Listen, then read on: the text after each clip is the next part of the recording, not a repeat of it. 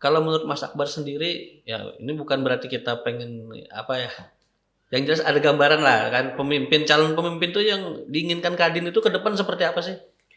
Ya yang kita inginkan tidak muluk-muluk. Yang pasti pertama memajukan Kota Banjarmasin. Yang kedua bisa mendukung program-program yang ada di Kadin. Oke. Dan bisa bersinergi dengan pengusaha-pengusaha yang di bawah Kadin. Kira-kira dari yang mereka sampaikan itu, ke depannya itu apakah bisa terwujud atau enggak kira-kira untuk Mas Akbar yang mereka programkan itu? Ya kalau kita optimis, sama-sama optimis bahwa ini akan terwujud dan akan berjalan dengan baik. Tapi harapan kita kan sekali lagi harapan di awal ya.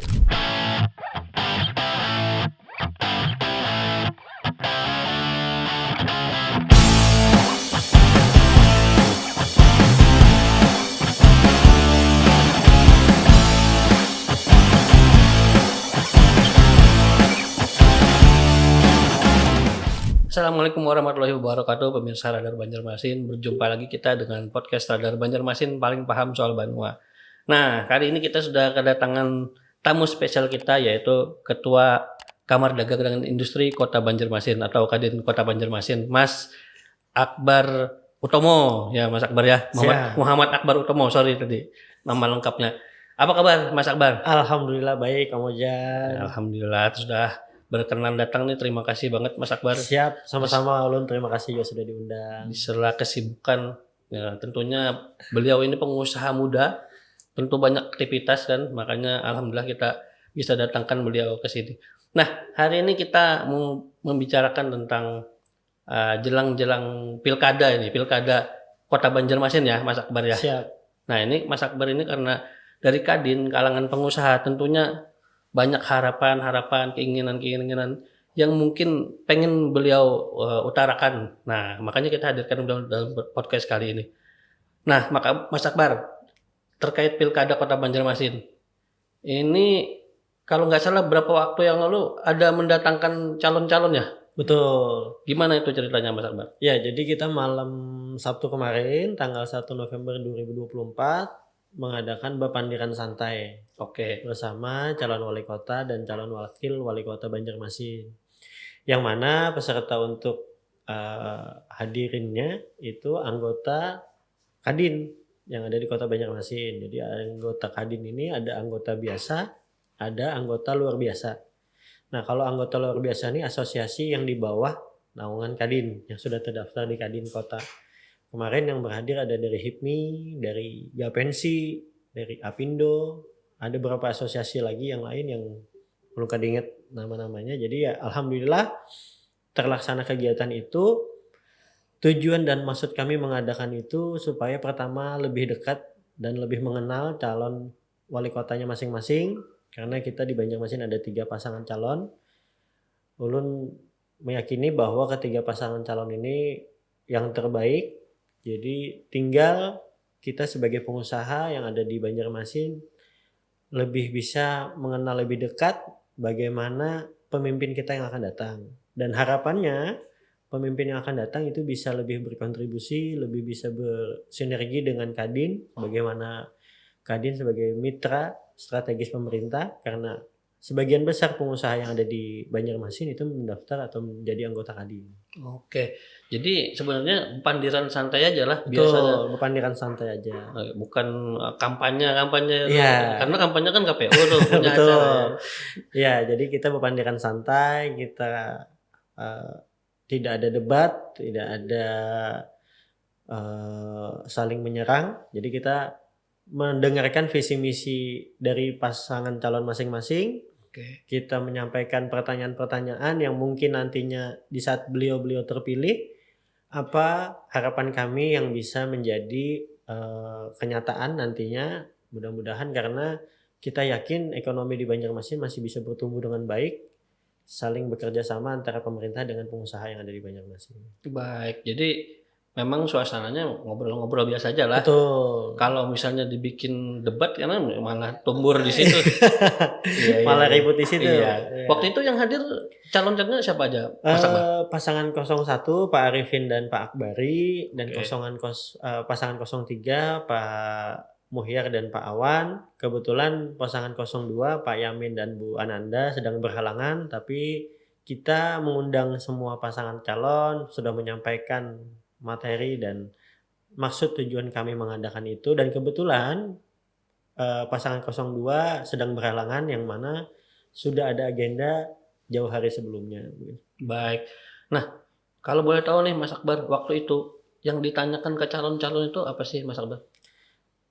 Banyak pertanyaan yang disampaikan oleh kawan-kawan Kadin, tapi intinya bagaimana nanti di saat Bapak dan wali kota dan wakil wali kota terpilih itu bisa menggandeng pengusaha lokal. Bagaimana bisa menumbuhkan ekonomi lokal, karena kita tidak mau juga nantinya pengusaha atau perusahaan yang bergerak di Banjarmasin itu cuma jadi penonton. Oke. Nah, kita ingin pekerjaan yang ada di Kota Banjarmasin atau kegiatan atau usaha yang di Banjarmasin melibatkan pengusaha-pengusaha lokal. Ya, walaupun kita tidak menutup investor dari luar atau pengusaha dari luar masuk ke Kota Banjarmasin, tetapi harapan kami pengusaha lokal itu lebih dilibatkan lagi, lebih bisa berkontribusi untuk di Banjarmasin. Oke. Oh, kalau begitu yang ulun tangkap ini pengusaha lokal ini sebenarnya sudah maksimalkah dilibatkan dalam proyek-proyek pemerintah atau masih ya mungkin masih belum terlalu maksimal?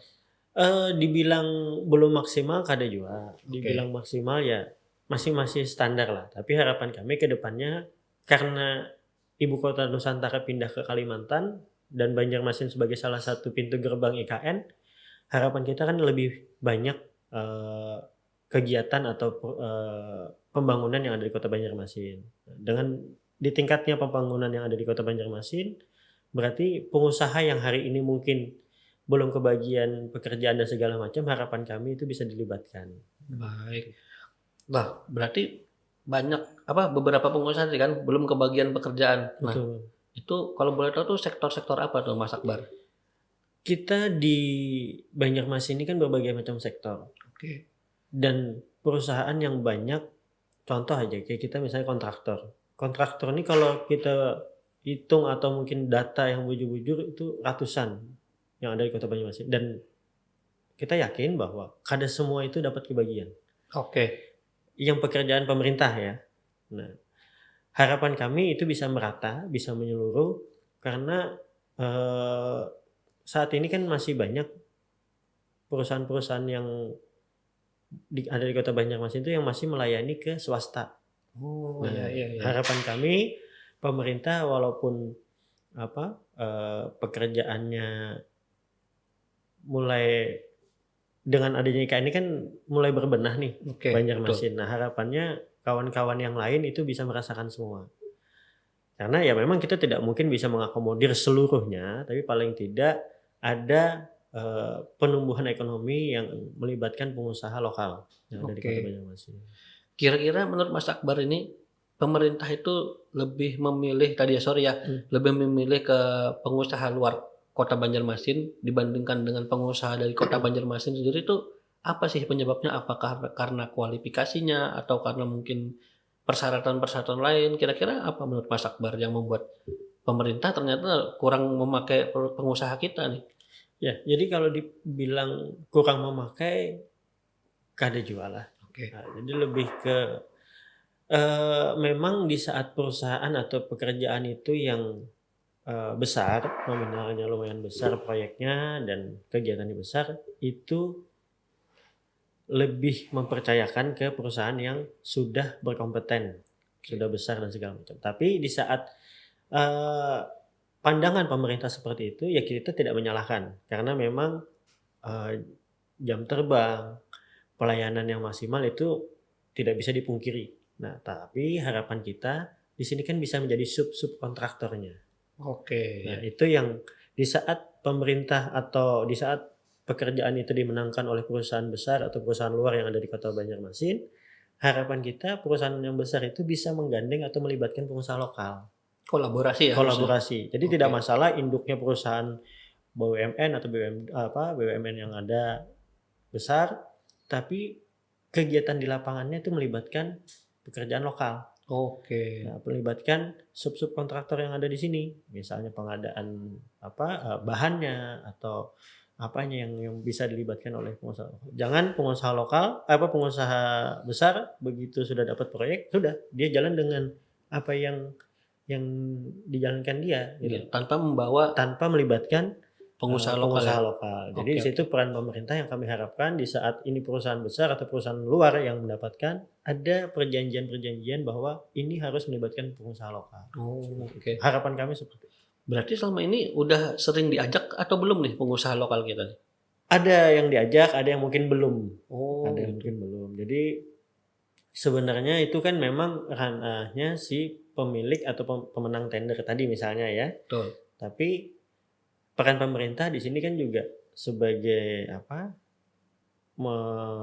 meningkatkan pengusaha-pengusaha yang ada di Kota Banjarmasin harusnya juga lebih, ini kalau mau dapat kerjaan yang ada di sini harus melibatkan pengusaha lokal, kan seperti itu. Syarat-syaratnya diatur ya. Syarat-syaratnya sudah diatur. Baik. Harapan kita bisa seperti itu. Padahal pengusaha kita nih mumpuni semua ya, paling Mumpuni, kalau penilaian saya secara pribadi, pengusaha-pengusaha kita ini mumpuni dan pengalamannya juga luar biasa.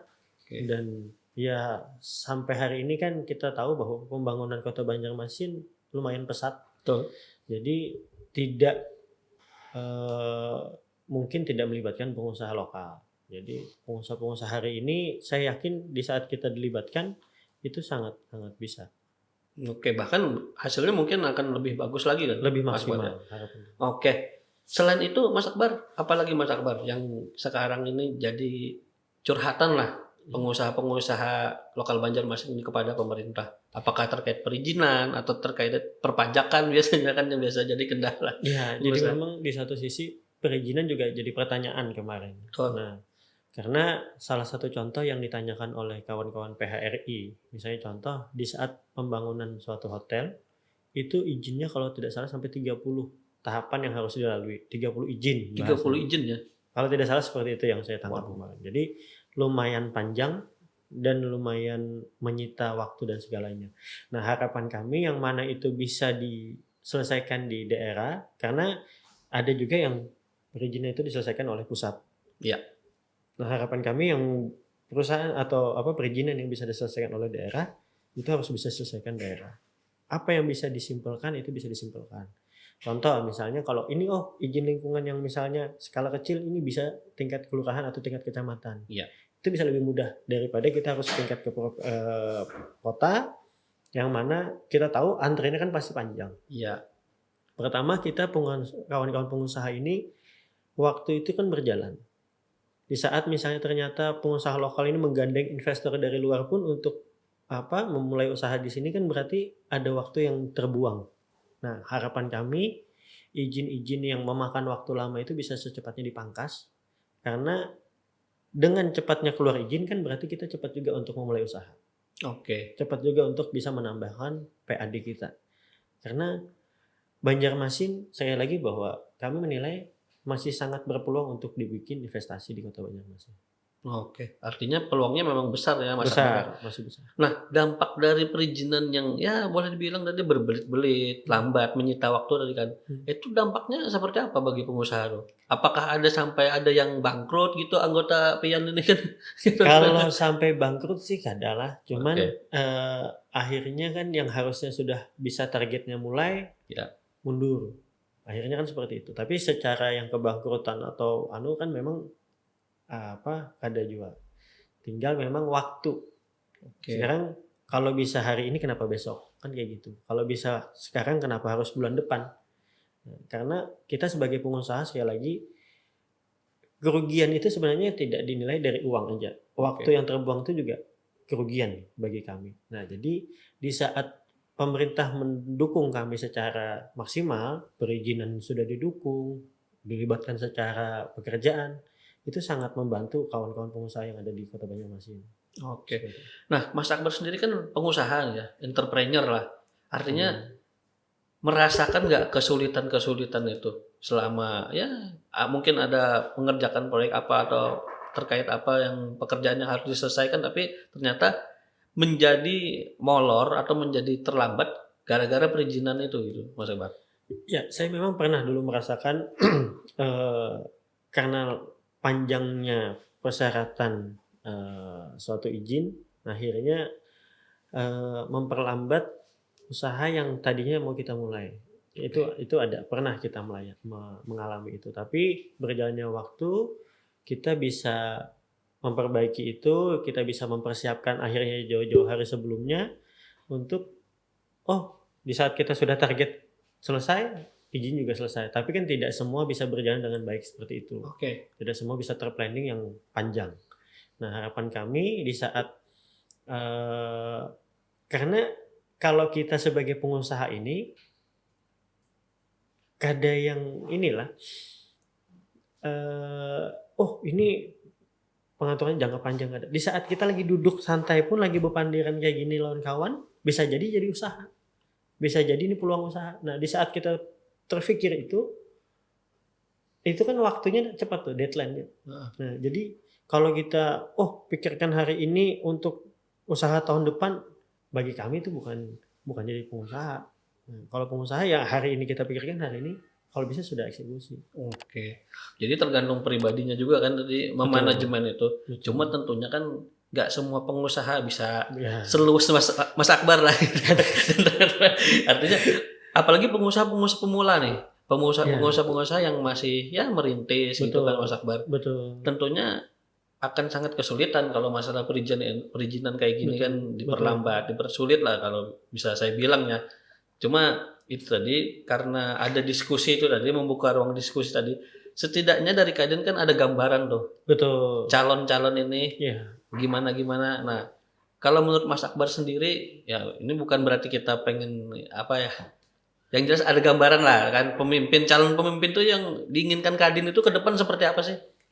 Ya yang kita inginkan tidak muluk-muluk. Yang pasti pertama memajukan Kota Banjarmasin.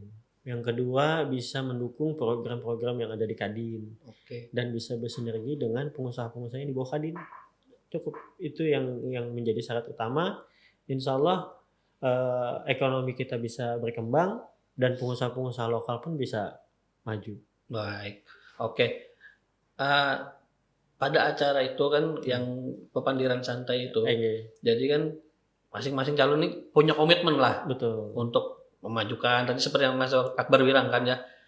Nah, kira-kira dari yang mereka sampaikan itu ke depannya itu apakah bisa terwujud atau enggak kira-kira Mas Akbar yang mereka programkan itu? Ya, kalau kita sama-sama optimis bahwa ini akan terwujud dan akan berjalan dengan baik. Tapi harapan kita kan sekali lagi harapan di awal ya. Oke. Karena di perjalanannya kayak kemarin 2020 sampai 2022 kita menghadapi COVID. Yang mana itu kita juga kada bisa menyalahkan pemerintah. Iya. Ya kan? Di saat perusahaan tutup, bangkrut dan segala macam, kita tidak bisa menyalahkan pemerintah. Harapan pemerintah mungkin pada waktu itu kan ekonomi meningkat, ekonomi baik. Ya itu yang kita jalani ke depannya pun sama. Harapan kita pasti berjalan dengan baik. Tapi sekali lagi di perjalanannya seperti apa ya kita tidak bisa terlalu menyalahkan pemerintah di saat memang ada kendala-kendala yang akhirnya pengusaha mendapatkan dampak yang kurang baik. Baik. Oke. Nah, jadi pemirsa namanya pengusaha itu ya sense-nya tuh harus berkembang melihat situasi kondisi dan harus berpikir cepat seperti Mas Akbar ini kan. Bepandiran aja tadi katanya jadi cuan katanya kan. Nah, itu Mas Akbar lah. Siap. Nah, kita bergeser lagi nih ke arah mungkin lebih ke bisnis lah, regulasi bisnis. Siap. Sejauh ini Mas Akbar, regulasi bisnis terutama pemerintah Kota Banjarmasin ya. Terkait persaingan usaha. Nah, ini kan mungkin di Kadin sendiri pun ada anggota yang saling berkompetisi lah untuk itu.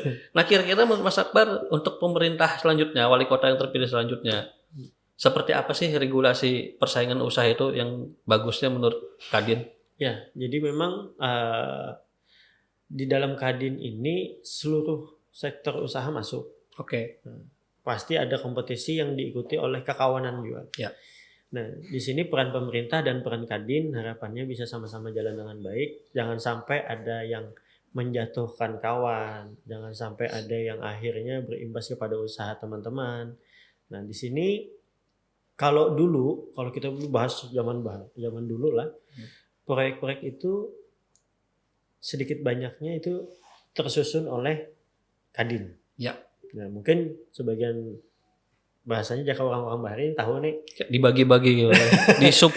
Nah, jadi proyek atau pekerjaan itu hampir 90% itu pasti Kadin yang membagi-baginya.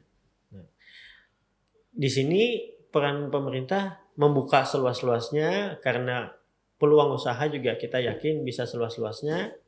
Bagi kami itu tidak jadi masalah. Tetapi di saat nantinya dengan terbuka seperti ini akhirnya bisa menjatuhkan teman, bahkan bisa misalnya mengatur atau mengangkat orang yang tidak berkompeten untuk mendapatkan pekerjaan, itu kan akhirnya merugikan kita. Wah, betul. Nah, di sini kami harap pemerintah ke depannya untuk menghindari ini semua, kita bisa bekerja sama antara Kadin dengan pemerintah kota terpilihnya untuk bagaimana mengatur jangan sampai ada kesenjangan di dalam pekerjaan.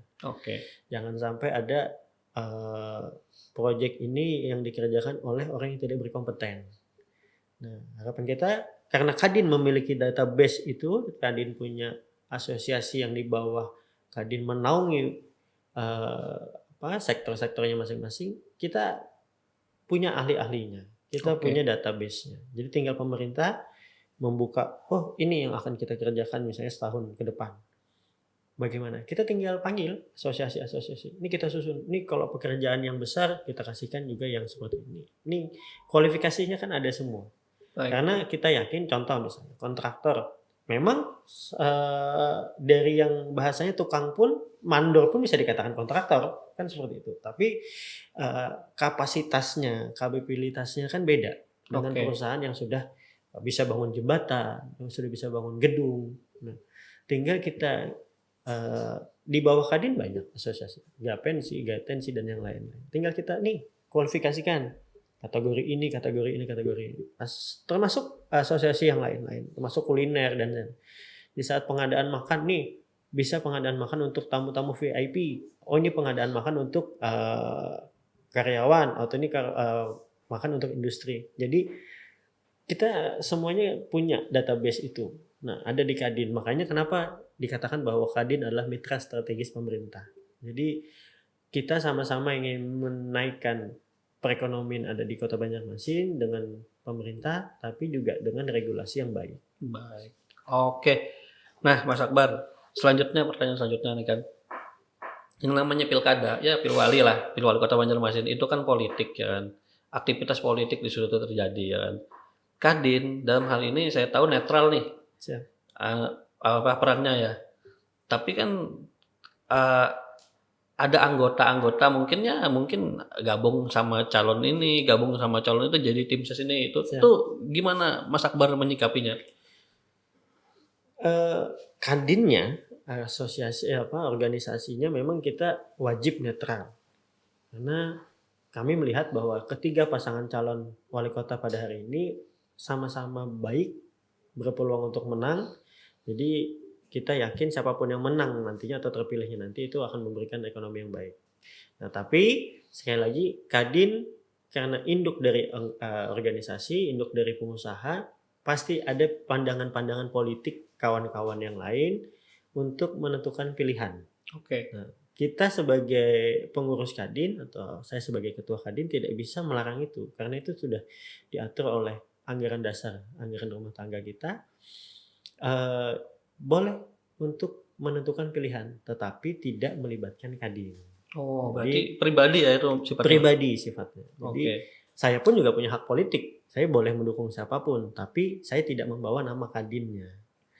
Tapi saya boleh misalnya, ayo Om Ojan kita dukung si A dengan programnya si A seperti ini, atau si B seperti ini, si C seperti ini. Jadi tidak ada larangan untuk itu. Jadi kawan-kawan pun yang hari ini tergabung di Kadin sebagai pengurus Kadin, sebagai anggota Kadin, ya memang ada dengan pasang kosong ini ada. Jadi kita tidak menutup itu karena itu hak politiknya masing-masing. Artinya anggota Kadin atau pengurus lah saya bilang ya, Pengurus. pengurus inti lah misalnya. Kalau misalkan ada yang menyatakan pengen mendukung calon ini, calon itu nggak mesti keluar dari Kadin berarti kan lah? Enggak. Jadi tidak ada larangan, oh kalau yang pengurus Kadin kalau mendukung pasangan calon harus keluar, tidak. Oke. Bahkan kami pun sebagai ketua Kadin, di saat memang saya berpandangan politik untuk mendukung siapapun itu, kami boleh mengajukan cuti. Jadi cuti sebagai ketua umum digantikan oleh PLH berdasarkan rapat pleno. Nah, saya boleh mendeklarasikan ke pasangan calon siapa, dan itu tidak melarang atau menyalahi anggaran dasar yang sudah ada di Kadin. Baik, oke. Jadi pemirsa, demokratis kalinya Kadin ini demokratis. Anak bisnis tapi anak politik ya silakan, Ya, tapi silakan. jangan bawa Kadin dulu lah, Siap. Mas Akbar lah. Itu. Oke. Nih ulun mau penasaran nih. Berapa banyak sih pengusaha yang ada di bawah Kadin Kota Banjarmasin ini, dan sektor apa aja yang paling banyak di situ? Ya, yang saat ini terdaftar di Kadin itu ada 140-an, Oke. 148, 147. Dan yang terdaftar di Kadin ini kan perusahaan. Oh, perusahaan lah. Iya, jadi beda dengan mungkin ada asosiasi yang lain. Contoh aja HIPMI. Oke. Ulun juga lahirnya di HIPMI. Kalau HIPMI itu personal, Oke. sayanya gitu. Oke. Tapi kalau Kadin itu perusahaan. Jadi yang terdaftar perusahaan PT ini atau CP ini. Nah, di bawah perusahaan itu kan karyawannya ribuan. Oke. Nah, ada yang ratusan, ada yang ribuan, ada yang puluhan. Jadi ya kalau bilang Kadin ini seperti apa ya, saya melihatnya itu Kadin ini besar. Karena 147 perusahaan ini aja kalau secara kita hitung orang yang tergantung dalam 147 perusahaan ini ribuan jumlahnya. Puluhan ribu orang. Berarti termasuk menentukan ini dalam suasana pilkada Di dunia di itunya saya rasa ya. Oke. Artinya wah, kalau bosku nih umpat yang ini, wah, berarti anak buah ini kira-kira begitu pemirsa ya. Makanya berpengaruh nih terhadap suasana politik, suasana pilkada menjelang pemilihan seperti saat ini. Oke, Mas Akbar, terima kasih banyak. Siap, terima Sukses kasih selalu dan terus diberikan kemudahan dalam memimpin Kadin dan juga menjalankan usahanya. Amin, terima kasih. Oke. Baik, pemirsa Radar Banjarmasin, demikian pembicaraan kita dengan Mas Akbar Utomo, Ketua Kadin Kota Banjarmasin. Terima kasih sudah bergabung dan sampai jumpa dalam podcast selanjutnya. Terima kasih. Assalamualaikum warahmatullahi wabarakatuh.